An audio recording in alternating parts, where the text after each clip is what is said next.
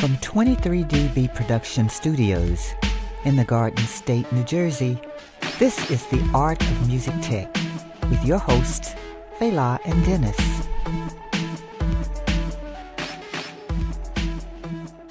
Let's go, and welcome to the Art of Music Tech podcast. I'm your host, Fela and Denis. Hi, everybody. Hi, Denis. How are you? Good. We just finished the session, right? I know. We're on the road in Queens with our guest in his home studio, the one and only Mr. Jermaine BEATdown McQueen. Woo! Hey. We know Jermaine as a drummer, producer, all around musician. Yeah. Has quite a career that's still going, working every night. God willing. Hey. Putting together his new studio. Yes. That's where we at. Yep. Indeed. Just put down some drum tracks Yeah. with. And 23dB East. Yeah. 23dB East in location. Exactly. You know? Exactly. I New York. That's right, man. Spot. The New York, the satellite location of 23dB is in Queens, New York. Yes. That's yes. right, man. Over here at the Beat Suite. That's right. All right. You know what I mean? Jermaine, give us a little bit about your background. We know you're a drummer, Right, and you're right. from Queens. So Yeah. tell us how you got into this. Well, actually, I'm a preacher's kid, and so my whole family was church. Like, stories like my mom would tell people all the time. Like, I think I was born on a Thursday or Friday, and she said I was in church that first Sunday. Like, I didn't stay in the hospital or nothing. They just took me and brought me right to church. So, like, I didn't miss a Sunday for about a good 12, 13 years. All right. So definitely in the church, and I started playing drums in the church when I was about 4 years old. And, just watching other guys in my church, I was very, very blessed to be in a ministry that had a super rich music ministry. My first church was St. John's Fire Baptized Holiness Church. And that was the home church of the late legendary Timothy Wright. And funny story, my mom used to actually date him, when they were kids, because he came out of the same church that I came out of. So, a lot of great musicians, Rob Robinson, great producer and keyboard player, worked with tons of Grammy-winning artists. He was, funny story, like his mom was the organist there when I started playing drums, because Rob had, blown up, went on tour and left. And his mom was like the choir director / organ player. And she was a beast, man. Elmira Robinson. And it was crazy because I guess in hindsight, a lot of my musical ability can be attributed to that situation, because it was the most horrid situation for a young drummer to learn in, because the drums were situated right in between the altar and the pulpit. So the drums are on the floor. And somehow they put the organ all the way in the quiet stand and on the riser. So when the choir stood up, I couldn't see the organist at all. Amazing. So I had to really develop my feel and develop a really, really sensitive, because I couldn't see signals. Like, they couldn't give me any kind of signals. I couldn't see communication. Right. So I had to develop really quickly to learn really to hear and be sensitive to what I'm hearing and react to it without being able to see anything.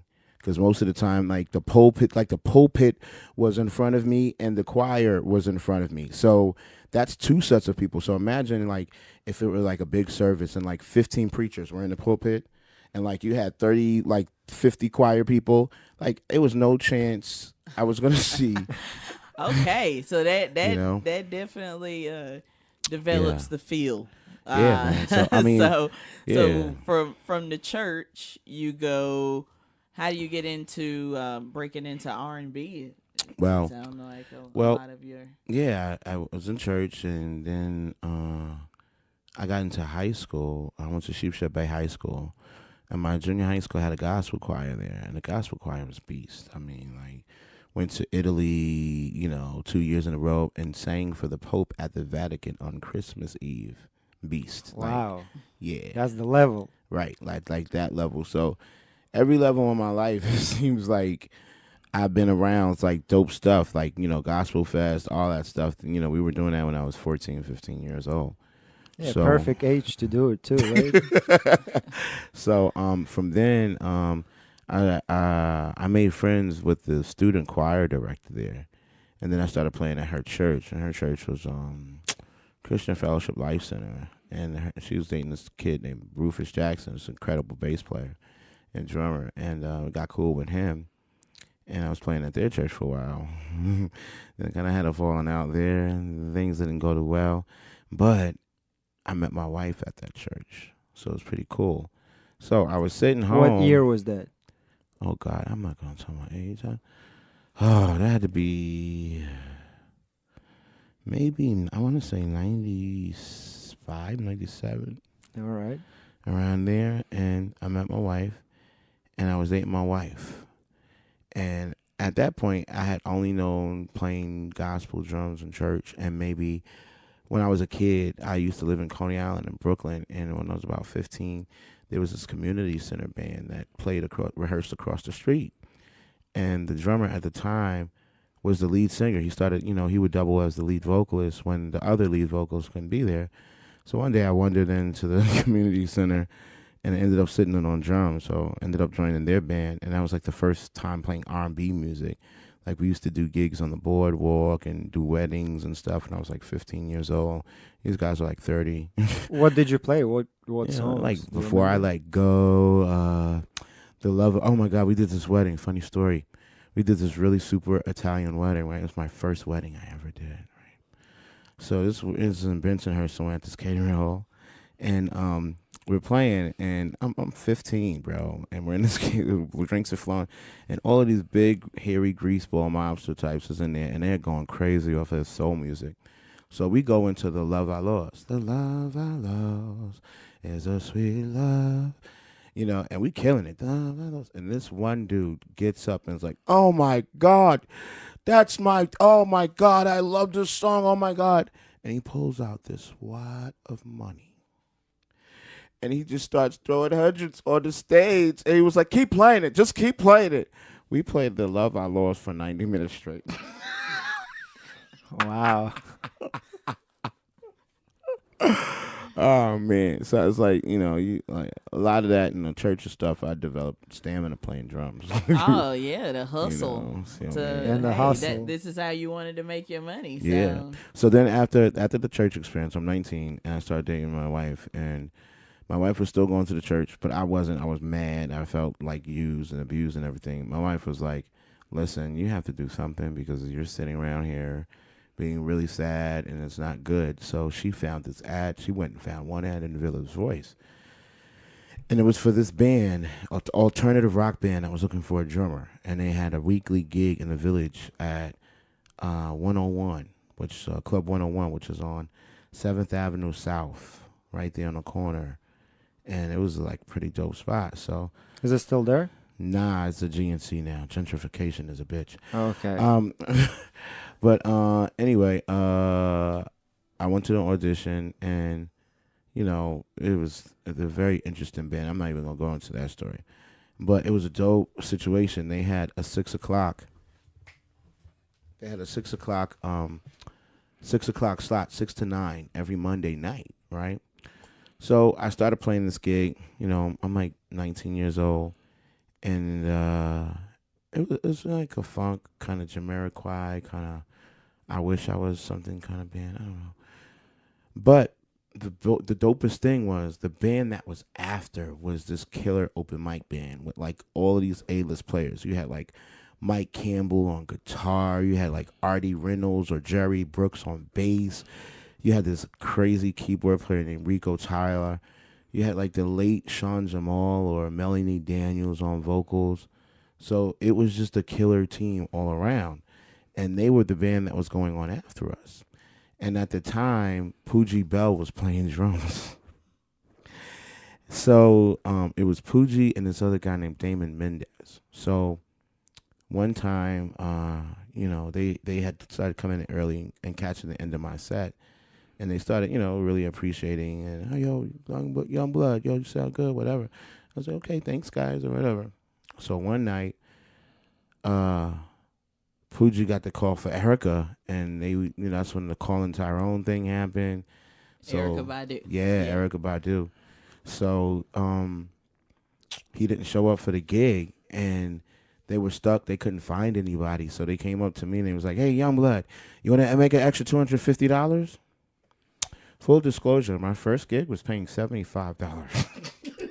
Wow. So they was like, all you got to do is leave your stuff up and jam out with us. I was like, okay. So I ended up that night, it was Mike Campbell on guitar, and it was Artie Reynolds on bass, Rico Tyler on keys, and Sean Jamal on vocals. And it was amazing. I was so tight the first 2 sets. It's a funny story. I was tight because I was like really super, super, super nervous the first set. And then we took a break, and so I'm sitting at the bar, and Mike Campbell comes over to me, legendary guitar player, played with D'Angelo, played with Angie Stone, played with, oh my God, it's just, it's just ridiculous. So he comes up to me, I'm at the bar, and he's like, hey, Youngblood, you sound real good, man. You just need to relax yourself and everything's cool. So yeah, so what you drinking? I was like, yeah, man, so just 2 Cokes. He was like, yeah, that sounds good. Excuse me, bartender, let me get 2 shots of Jack. And he's like, yeah, drink that right there with me right there. So I drank a shot of Jack, and it's like, I wasn't really heavy drinking at the time. I'm 19, I'm at the church. And Was it legal at 19? Right, yeah, so. Oh, okay. Yeah, anyway, so after 3 more shots, let's just say the second set was a lot better than the first. You got loose. Got really, really loose, and I was in heaven. But then I played the third set, and then the horror story kicked in, and this is like the highs and lows of the music business. So like, this is my first night playing with this incredible band, and I felt like I was killing. I felt like I was amazing. I was like, yes, I belong here. And then I see these strange lights pass in front and slow down in the front of the spot we were at in the bar. It was a tour bus. Oddly, it's Blackstreet's tour bus. They pulled up, and the drummer was Gerald Hayward. Incredible dude. Like, I've been watching this dude ever since I was about 8 years old. Played with Hezekiah Walker on Hezekiah Walker's first gospel albums, and had a very extensive gospel resume, and then went on to do a lot of pop stuff with like Guy and Teddy Riley and Angie Stone and Mary J. Blige, and so he's like a drum god in our community. So he rolls into my first gig at the end of the night, and they're like, yo, let Gerald sit in. So all of that confidence that I had built up was shot after a 25-minute Gerald Hayward drum solo. And all the shots, too. Yeah, man. I sobered up real quick. And I was 5 minutes into that sober. 5 minutes into the sober solo, I lost the buzz. It was crazy. Back on your set. You're right. It's like, yeah, let me get back to this practicing I was trying to do. Oh, yeah. So that was like that gig, that one gig right there led to my entire career. I met everybody at that bar. I made great friends. I met Super Dave West there, great producer and drummer who I later became friends with. And it was through him, I got calls for Alicia Keys. I got calls for John Legend. I got the call for Linkin Park. It was through him, through extensions of friends through him, Pharoah Monch. So all of that came from, my friendship with him, and also with Henri Gill, who's a mega producer / band director to the stars and put me in great places. I was very blessed to be in the right place at the right time, and also just trying to be ready when those opportunities presented themselves. Yeah. Dope. Yeah. And here we are in your studio in Queens. Yes, the Beat Suite. The Beat Suite. Yeah, man. Yeah, so we've been doing drum sessions with you. We've been sharing equipment for a few years Few now. years. Our co-op situation. I love you guys. We've played together too. We've played live. together live. We've traveled together. We've Yeah. went on our NAMM adventure together. That was pretty cool. Yes. Yeah, we sure did. Yeah, we man. sure did. So, I met Dennis and Fela actually doing sound gigs.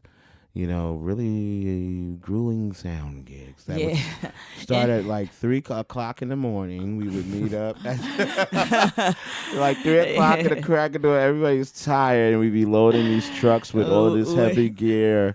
And then, go and do the event and be coming back home in the morning, 5 o'clock in the morning, the next morning. Wedding And, gigs. yeah, and then in for the Hamptons. $250. Yeah.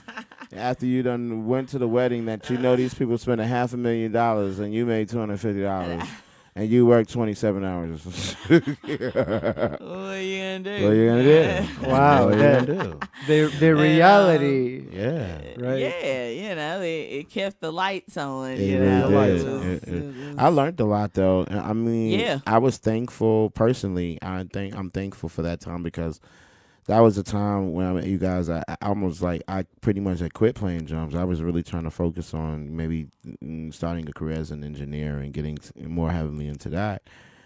But then I started to see the other drummers that were making money.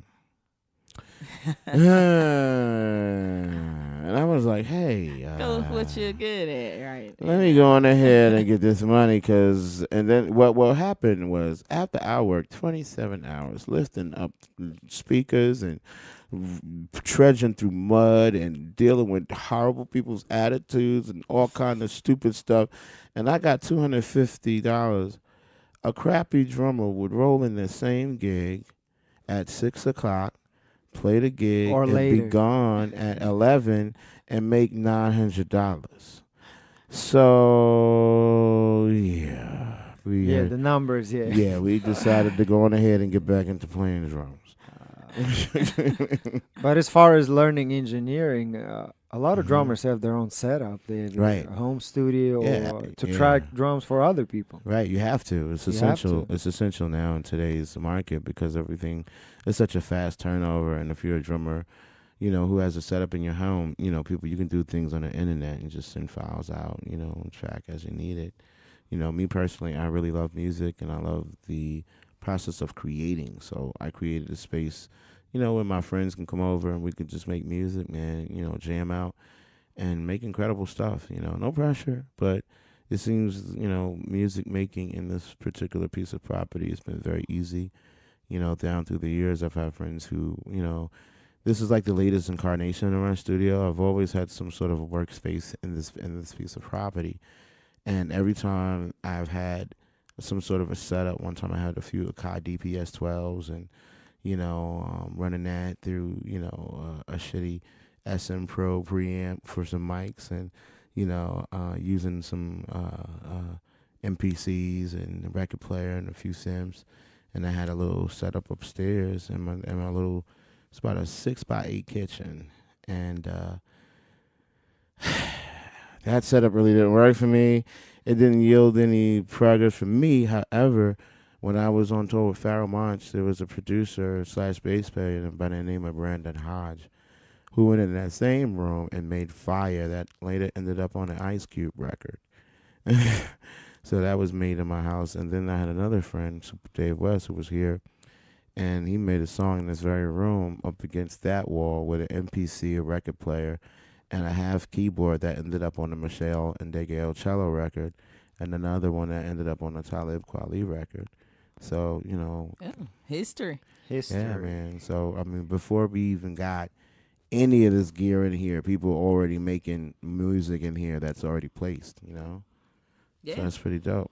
Dope, indeed. So I'm excited about the potential when we get it wired up in here and get everything. You got clots. Clots, cables, Cables. everywhere. The best Let's in go, the world. cables. Let's go. Yeah. I'm about to get these fancy power connectors y'all got up in here. Yeah, Wire World, Yeah, Aurora. man. We use on our power. Yeah. Not only do you have to have great hardware, it has to be a great wiring Right, as it well. has to. So. It's essential, I mean, I like a lot of vintage stuff in my setup. I'm very simplistic, and I'm kind of scatterbrained when I get into my creative process. And, that's why it's great to have you guys around, because when you guys are here and we track and we work, it gives me the chance to just be an artist and be creative and play drums or go sing or do whatever I'm doing. And you guys take care of, the engineering and the management of the sound. And you guys do a great job with it. But it's really good to have good engineers. It's an invaluable thing to artists, to have people in the studio when you're creating who understand what you're trying to do and who make the process as simple as possible for you to create. And having top flight gear is so much a part of that, Yeah, actually, Yes. we did a video together Yeah. a few years ago Absolutely. in this studio. In this So- studio, yeah. First So time you- we're here. Yeah, Yep. I you love can that see video, it. man. It was pretty Yeah, gangsta. we'll attach it to the summary. Yeah. Word up. Yeah, so check that out. Yep. And you can hear on Mr. Beatdown. Yeah, man. I mean, I think it was, for me, it was great to meet you guys, because I've always had great drums. Back when I was with the Spooks, back in about 2003, I started tour with them. I got my first endorsement because I didn't actually own a set of drums till I was 19. My wife bought me my first set of drums, and that's why I married her. Girls, ladies, there's a message there. I didn't have a drum kit until I was 19. I started dating my wife. She asked me about it, and it was the most gangster thing ever. She was like, "Yo, so where's your drum kit? You got a gig?" I was like, "I don't have a drum kit." She was like, "Hold on, you plan to be a professional drummer? You don't own a drum kit? Get in the car." And she took me to Sam Ash on Kings Highway across the street from Kings Plaza, and she bought me a Yamaha Stage Custom drum kit. Yeah. It's like an entry level. That was and then that's when they first came out on the market. And they were good, right? Yeah, man. They were good. Yeah, they were very great road-worthy entry-level drums. Those drums were all over this country. I put those drums in my car, and I did so many gigs with those drums. It's $500 well spent. Oh, yeah, when you make the money back. that's right. It's all about that. And then I married the girl. I married her. And Okay, made so sure it I worked kept out her. for you. Yeah. but then Got a after- drum kit and a wife Yeah, right. But then after that, when I got And a this, career. and the career. then I got this. I had that kit all the way up until I got the Spooks gig, and then I got the Cannabis endorsement, and I started playing Cannabis drums, which are amazing drums. They're made in Japan by a great person there, and then that extended to getting the Xavier Symbol endorsement, Gibraltar Hardware endorsement, Audix mics, and Aquarian drum heads. So, And again, Yeah, you can see all of that in the video that we Oh, have yeah. All with the you. all the drum equipment. yeah. Is that Drum can- equipment is crazy. Yes. And the name of the track again, Dennis? Don't Stop Me, I Yeah. believe. Mm-hmm. Yeah, man. Also, yeah. look out for Panther Jones, Panther man. Jones, that's We what got an we're- LP coming out. Also, look out for the Rocky Walker Project, RWP. Another Let's band go. I'm part of. Everybody has original music coming out. We're all over the tri-state area doing venues. I'm playing every night. So, follow us on Instagram, see where we're at, and let's make it happen. Yes. All right. Thank you so much, Mr. Beatdown. Oh, the pleasure's mine. Oh, we'll mine. be back. We'll do another episode for Let's sure. get it. You know Yeah. I can talk. sure. Y'all know I can talk. Hey, yeah, man. Straight from Queens. Yeah. Always a good time to be around you. Same here. Beatdown. Love y'all, man. Love you too, Word up. Beatdown. That's word. All right. That's work. Thank you, everyone, for listening. Please share, leave comments on iTunes. It helps people find us. Thank you for sharing and getting it out there. We're looking forward to bringing more guests like the wonderful Beatdown. Let's go. And yes, thank you for listening. Follow us on Facebook, Yeah. 23DV Productions, Yeah. Facebook, Instagram. Beatdown, what's your... Well, you can tags? follow me on Mr. Beatdown on Instagram, King Beat on Facebook, and follow me there, and then we can link up with everything else. Also, you can find me through 23DB. Our Exactly, family, all our over family, our YouTube. Please subscribe to Oh, that as yeah. well. That's right. Many of videos and Let's music we've made with him go. over the years. So Mhm. thank you so much for coming on. My pleasure. And hey, everybody, continue to let's go. Let's go. Let's go. For more information of booking 23DB Productions, visit their website at 23dbproductions.com. Like and follow 23DB Productions at Instagram, Facebook, YouTube, and Twitter for the latest work.